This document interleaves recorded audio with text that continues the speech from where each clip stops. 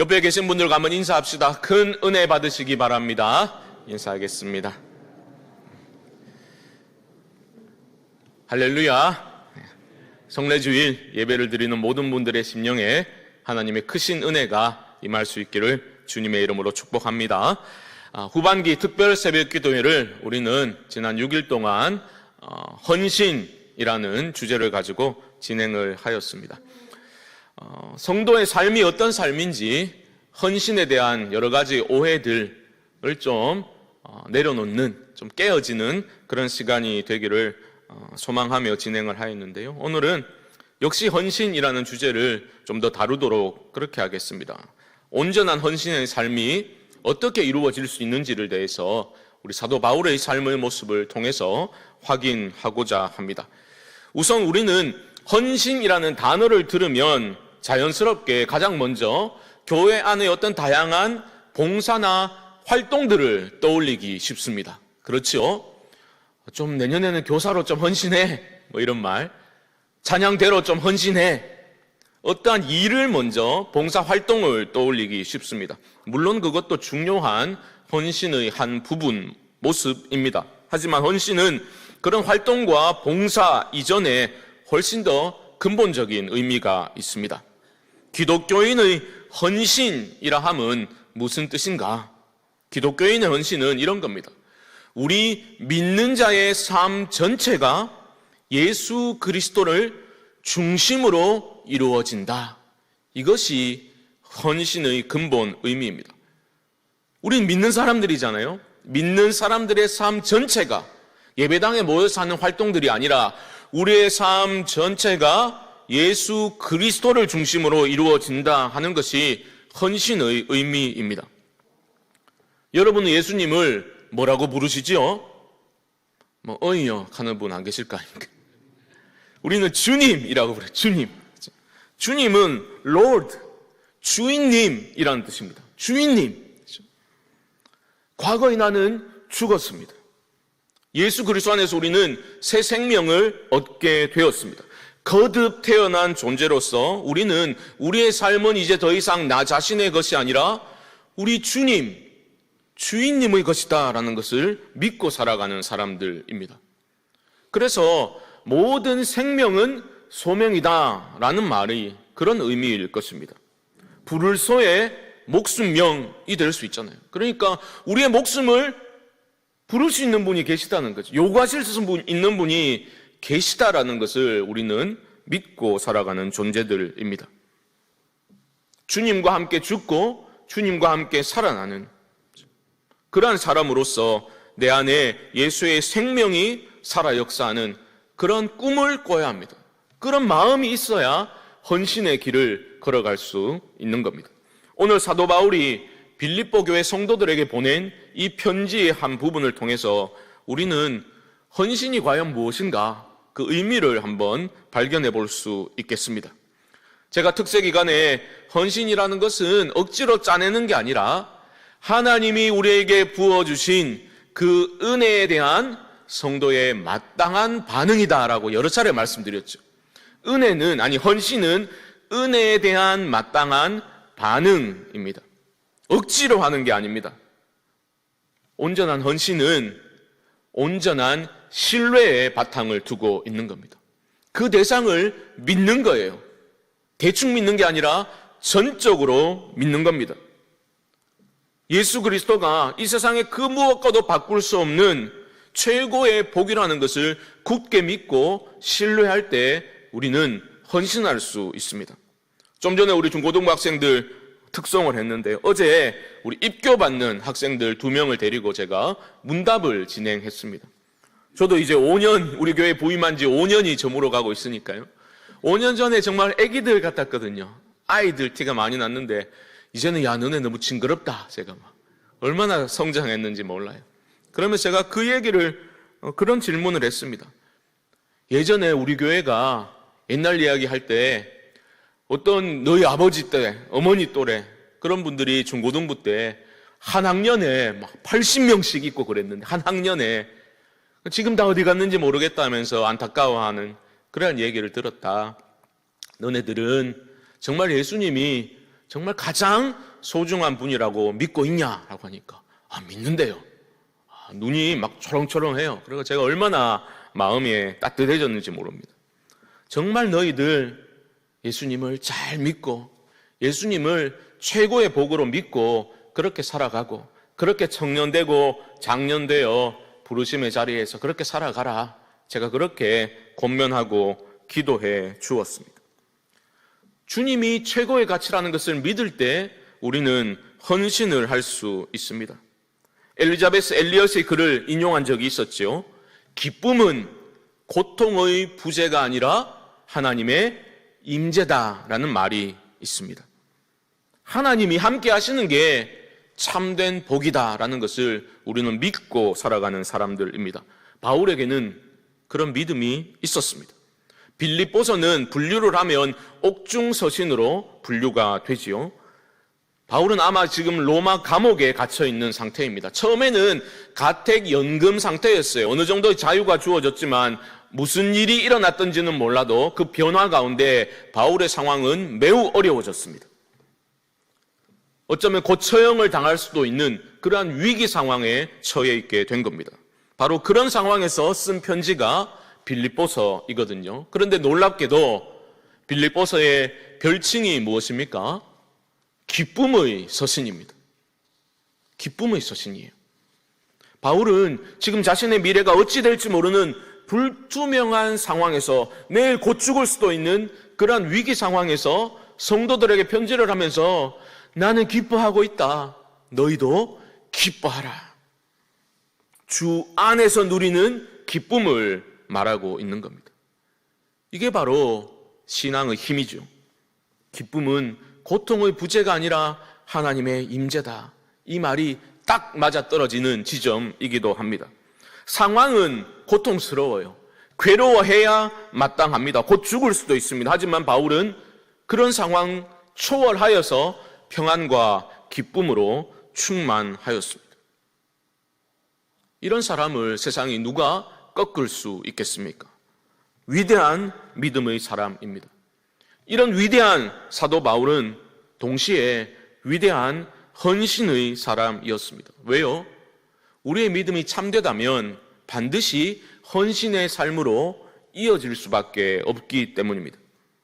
바울은 예수 그리스도를 이 세상 그 무엇보다 귀하게 여기기 때문에 예전에 그렇게 소중히 여겼던 것을 무엇으로 취급했다라고 말합니까?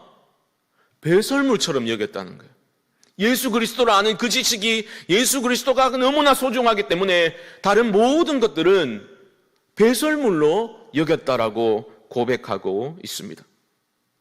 참된 인생의 목표와 내가 왜 존재하는가, 내가 어디로 가고 있는가 분명히 깨달은 사람만이 할 수 있는 고백입니다. 오늘 본문에서 우리는 사도 바울을 통해서 이런 참된 헌신의 발걸음을 이어나가기 위해서는 무엇이 요구되는가, 어떤 태도와 자세를 가져야 하는지를 배울 수 있습니다. 지난 목요일에 우리 임직 받으시는 분들, 이번 수요일에 받으시는 분들 기본 과정, 그 이제 교육 과정을 마무리했는데요. 함께 읽은 책 내용 중에 그런 표현이 나왔습니다.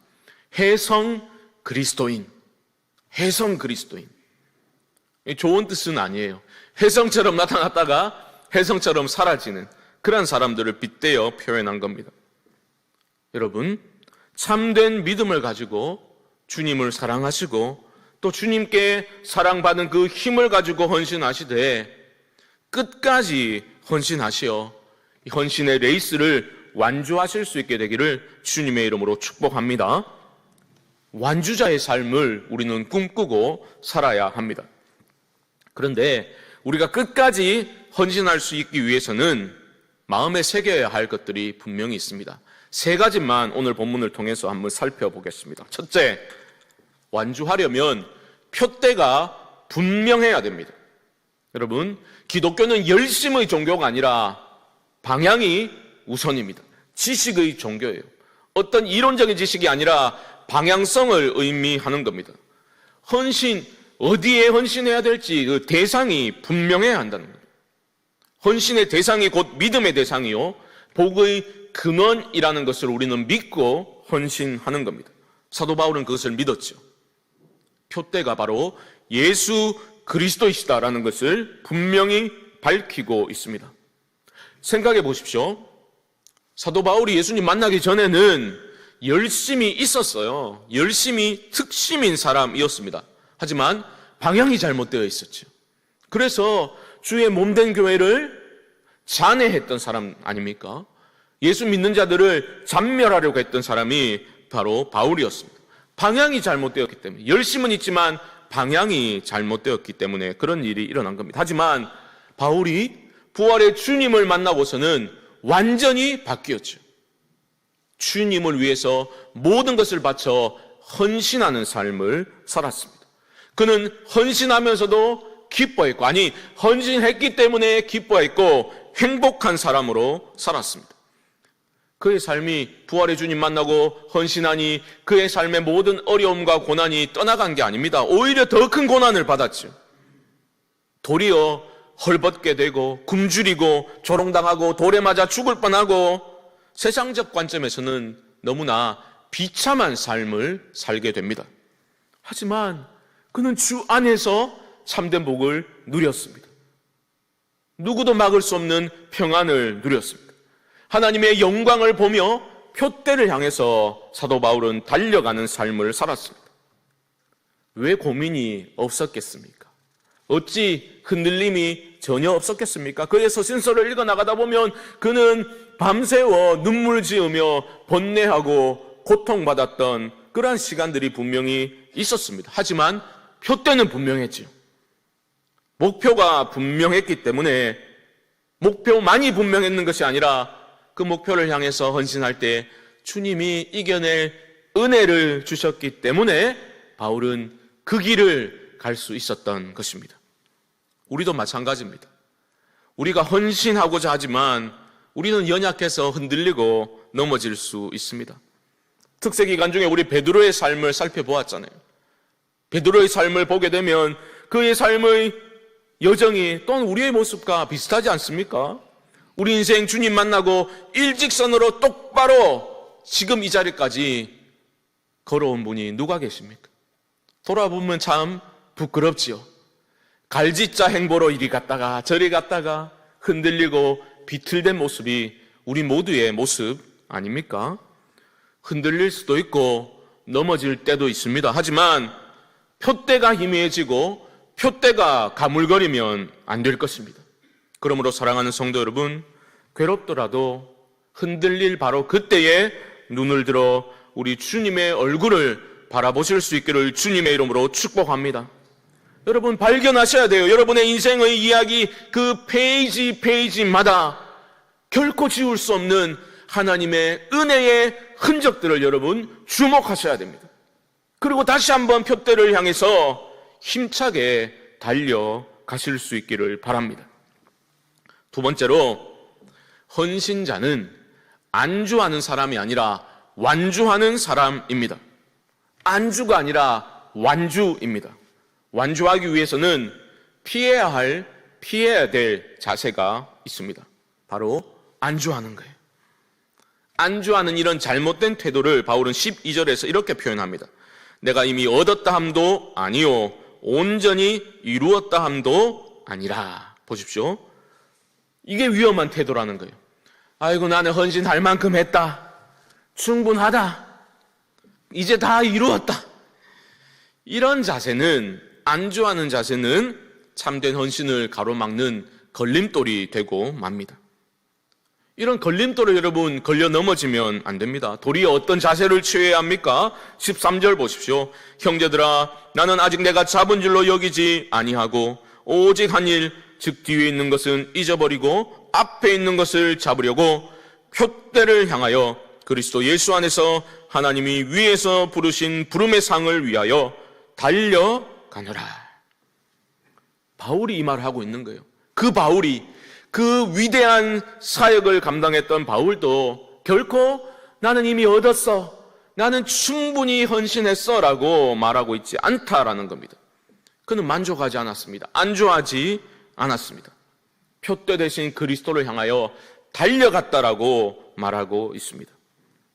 12절에서도 14절에서도 바울은 달려가노라, 달리다라는 단어를 계속 사용하고 있습니다. 이 단어는요, 어린 학생이 학교 가기 싫어가지고 신발을 질질 거실면서 느릿느릿 걸어가는 그런 모습이 아닙니다.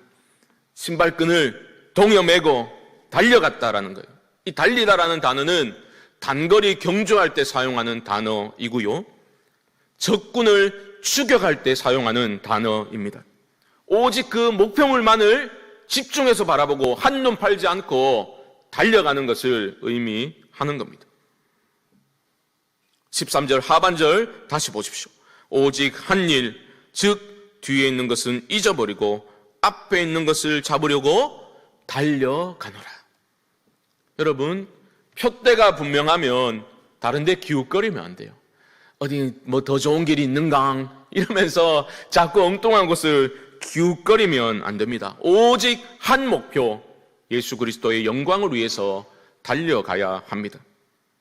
그런 삶이 가장 행복한 삶이라는 것은 바울은 믿었고, 그 믿음은 그냥 자기 세뇌가 아니라 경험을 통해서 더 굳건해졌기 때문에 끝까지 헌신자로 달려갈 수 있었다라는 겁니다.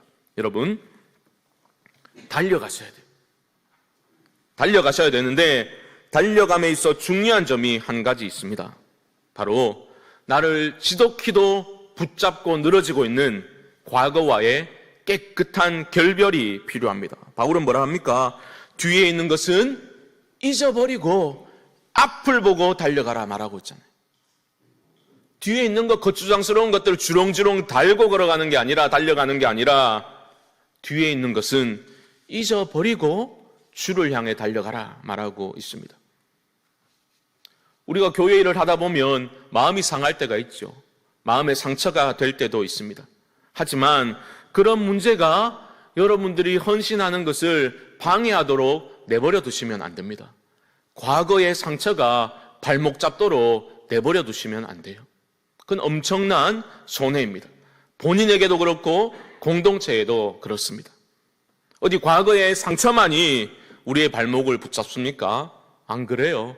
과거의 영광도 발목을 붙잡을 수 있습니다. 상처도 영광도 다 내려놓고 달려가는 겁니다. 하나님의 은혜로 과거의 많은 열매를 보고 누렸다면 감사가 있어야 되겠죠. 당연한 겁니다. 하지만 과거의 영광만을 붙잡고 그것만을 곱씹으며 과거에 머물러 있어서는 결코 헌신자의 삶을 살 수가 없습니다. 좋은 추억으로 간직하고 우리는 앞을 보며 달려가야 하는 겁니다. 예전에 어땠다, 예전에 어땠다, 그런 말 계속하면 안 됩니다. 아이고, 우리 예전에는 북치면서 동네 한 바퀴만 돌아도 동네 애들이 막 벌떼처럼 따라왔다. 진짜 그래요. 저 국민학교 때, 그냥 초등학교 때 우리 중고등부 형들이 큰 북을 딱 짊어매고 북을 쿵쿵 치면서 동네를 돌면 아이들이 뭔가 싶어가 나오면 사탕 몇 개 주고 이래가지고 교회로 막 데려갔거든요. 요즘 북치고 돌아보십시오. 민원 들어가가지고 난리 납니다. 그 옛날의 일이라는 거죠. 옛날의 일은 좋은 것도 내려놓고 앞을 보며 달려가는 겁니다. 우리 모두가 뒤에 있는 것은 상처도 영광도 좀 내려놓고 표대 대신 그리스도를 바라보며 함께 달려갈 수 있게 되기를 주님의 이름으로 축복합니다. 마지막 세 번째, 헌신의 레이스를 완주하기 위해서는 목마름이 있어야 됩니다. 은혜에 대한 목마름이 있어야 합니다. 역설적으로 하나님 안에서 부족함이 없는 삶이 행복이지만 여기서의 목마름은 은혜에 대한 갈급함을 의미하는 겁니다. 배고픔이 있어야 돼요. 그래야지 안주하지 않을 수가 있습니다. 여러분, 예전에 월드컵 4강 신화를 이루었던 명장 히딩크 감독 여러분 기억하시죠? 히딩크 감독. 그 사람이 남긴 유명한 말이 있죠. 뭡니까? 사람들이 다 놀랐잖아요. 와, 우리 한국 축구 역사에 이런 일이 일어날 수 있나?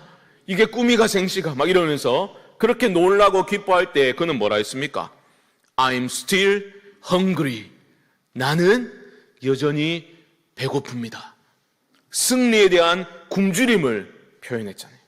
나는 만족하지 않는다. 나는 여전히 배고프다. 더 달려갈 수 있다는 거예요. 여기가 끝이 아니라는 거예요. 이러한 갈급함이, 우리에게도 영적인 갈급함이, 은혜에 대한 갈증이, 목마름이 있어야 하는 겁니다. 바울에게는 이 목마름이 있었어요. 배고픔이 있었습니다. 그렇기 때문에 달려갈 수 있는 거죠. 12절 다시 보십시오. 12절입니다. 내가 이미 얻었다 함도 아니요 온전히 이루었다 함도 아니라 오직 내가 그리스도 예수께 잡힌 바 된 그것을 잡으려고 달려가노라. 아직 못 잡은 거예요. 바울의 목마름이 여러분 느껴지십니까? 오해하시면 안 됩니다. 바울이 받은 은혜가 불완전한 것이어서 목마른 게 아닙니다. 은혜는 완전한 거예요. 예수께 잡힌 바 된 그것이라고 하잖아요. 주님이 바울을 붙드셨습니다. 완벽한 은혜입니다. 하지만 바울은 내 자신이 연약해서 그것을 내가 온전히 붙들지 못했다라고 말하고 있는 겁니다. 은혜가 불완전해서가 아니라 우리의 연약함 때문에 우리가 완전히 붙들지 못한 거예요. 그렇기 때문에 우리는 더 큰 은혜를 주십시오 타는 목마름을 가지고 나아가야만 하는 것입니다. 그러므로 사랑하는 성도 여러분, 하나님의 은혜를 향한 우리의 갈급함이 우리 안에 회복될 수 있기를 주님의 이름으로 축복합니다. 목마른 사슴이 시냇물을 찾기에 갈급함 같이 타는 목마름으로 하나님의 얼굴을 구하실 수 있기를 바랍니다. 거짓 평안의 일상성을 날마다 깨트리시고 하나님의 은혜를 구하셔야만 합니다. 16절 말씀을 보십시오. 오직 우리가 어디까지 이르렀던지 그대로 행할 것이라. 무슨 말입니까? 너희가 걷고 있는 이 길이 옳은 길이라면 멈추지 말고 이 방향 그대로 끝까지 달려가라. 바울은 끝까지 달려가라고 권면하고 있습니다. 여러분, 사명자의 삶에 은퇴는 없습니다. 물론 제도적으로야 은퇴가 있죠. 하지만 사명에는, 헌신에는 은퇴가 없는 거예요. 저는 내년에는 더 많은 우리 은퇴하신, 제도적으로 은퇴하신 성도님들이 교회 구석구석에서 더 열심히 섬기시면 좋겠습니다. 육체적으로 힘들지 않은 사역은 얼마든지 여러분들도 감당하실 수 있습니다.